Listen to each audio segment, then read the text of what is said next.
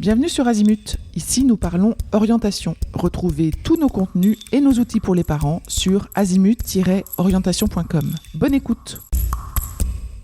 Bonjour Emma. Bonjour. Merci de m'accorder du temps et d'accorder du temps aux parents qui vont écouter notre conversation enregistrée.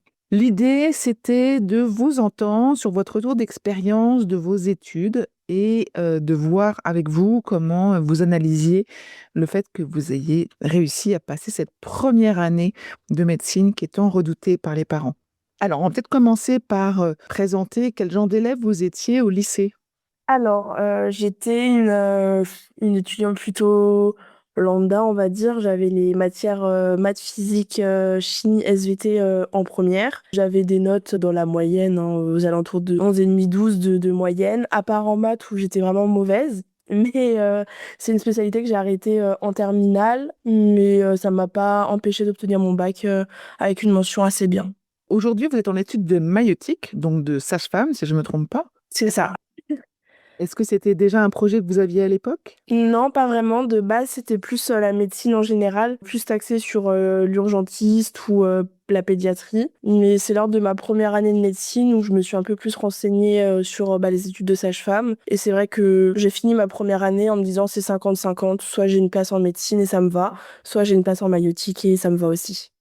D'accord. Donc, vous avez passé le bac, vous êtes inscrit sur Parcoursup, vous aviez fait d'autres choix que PASS ou LAS, ou vous étiez très focus sur ces études-là? Non, j'étais vraiment très focus sur ces études-là. Et à Strasbourg, c'était un peu spécifique, puisque c'est pas une PASS ou une LAS, mais c'est une L1 SPS. Donc, c'est une licence sciences pour la santé. C'est un peu un mélange de la PASS et de la LAS, quoi, au final. D'accord. Est-ce que vous l'avez eu rapidement sur Parcoursup? Non, j'ai quand même dû attendre plusieurs semaines avant d'être acceptée dans un des vœux qui me correspondait sur cette L1 SPS. Très bien. Donc, vous commencez en septembre, j'imagine peut-être même un peu avant septembre, cette première année. Quels ont été, selon vous, les facteurs de réussite? Il y a différents facteurs de réussite, notamment mon entourage qui a été très présent pour moi sur cette année. La motivation aussi et surtout la prépa que j'ai pu prendre à côté qui m'a aidé d'un grand soutien, quoi, d'une grande aide. Ça, vous l'aviez envisagé, la prépa, depuis le début, ou c'est en début d'année que vous vous êtes renseigné et que vous êtes inscrite en prépa? C'est vraiment sur le mois de juin de ma terminale où j'ai un ami à moi qui m'a parlé de prépa en médecine. Et je connaissais pas du tout les existences de prépa, et donc je me suis un peu renseignée. Et je crois que j'ai dû m'inscrire sur le mois de juillet, août, quoi. En quoi votre famille a été un soutien? Est-ce que c'était parce que vous habitiez chez eux et que vous aviez, je sais pas, des petits plats quand il fallait, où vous pouviez vous reposer? C'était quoi le soutien? J'ai la chance encore de pouvoir habiter chez mes parents, notamment sur la première année de médecine. Donc c'est vrai que tout le côté lessive, préparation repas, courses, etc., j'avais pas à gérer. Donc c'était vraiment un poids en moins pour moi. Et puis l'encouragement de mes parents un peu tous les soirs ou sur les périodes de révision, c'est vrai que ça fait du bien, quoi. Et la prépa, ça s'organisait comment? La prépa, elle nous suivait tous les jours. À partir de septembre, on avait toutes les semaines des mini-examens blancs qui s'appellent des cols. Donc ça nous permettait en fait d'avoir un rythme de travail assez régulier, de pas se perdre dans le programme, de pas se perdre sur quelle matière ou quel cours réviser pour les examens qui vont arriver. Il y avait aussi tout le côté cours qui a été fait par les profs de la prépa. Donc en gros, les cours de fac étaient retranscrits et faits sous forme de livret. Ça m'évitait de perdre mon temps en cours puisque je j'écoutais pas spécialement en cours, c'était trop long pour moi. Donc j'avais les livrets de cours et je pouvais réviser de la prépa ou de chez moi sans souci, quoi. Donc vous n'alliez pas en cours. Non, à part sur les cours obligatoires où là ils faisaient l'appel, mais sinon je mettais pas un pied à la fac.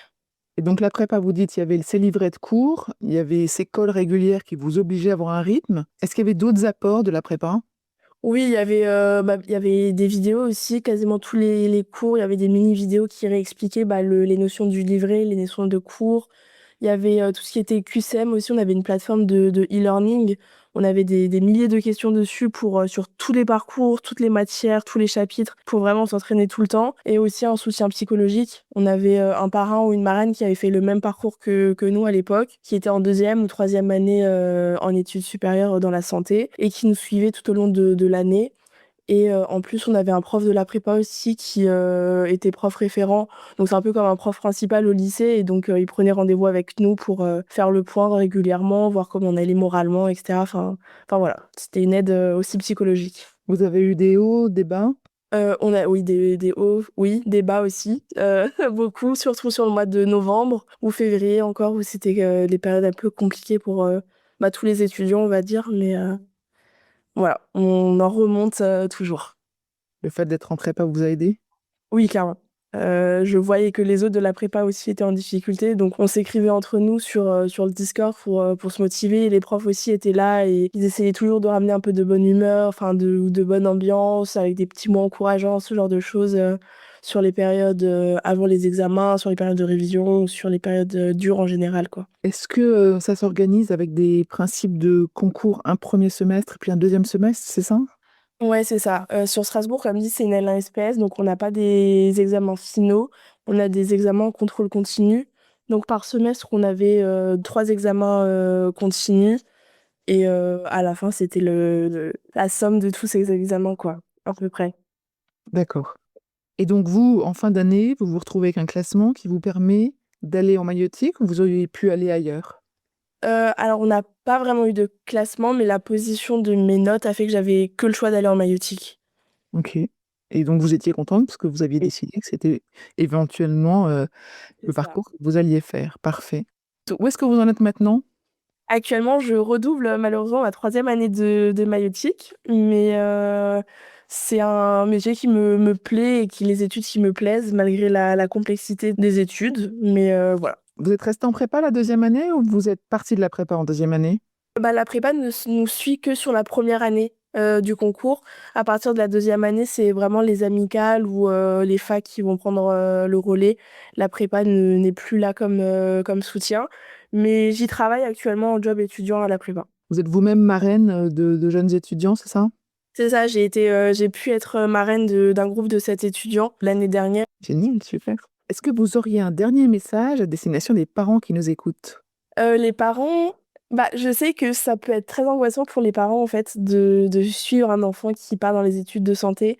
Mais je pense que le plus important pour les parents, c'est vraiment d'être à l'écoute de leur enfant et de les encourager, même si on les envoie chier, pour pas dire autre chose, parce qu'on est de mauvais poils ou qu'on en a marre des révisions. Toujours être là pour ses enfants, quoi. Et ça fera toujours plaisir. Eh ben, c'est parfait. Merci beaucoup pour ce témoignage et puis vos conseils. Je vous souhaite une bonne route, de bonnes études. Merci beaucoup. Merci à vous, il n'y a pas de souci. Pour aller plus loin dans l'accompagnement de votre enfant, rendez-vous sur azimut-orientation.com. Tous nos contenus y sont classés par thématique et vous pourrez consulter notre calendrier, notre annuaire d'experts et vous inscrire à la newsletter pour ne rien louper. Merci pour votre fidélité. À bientôt.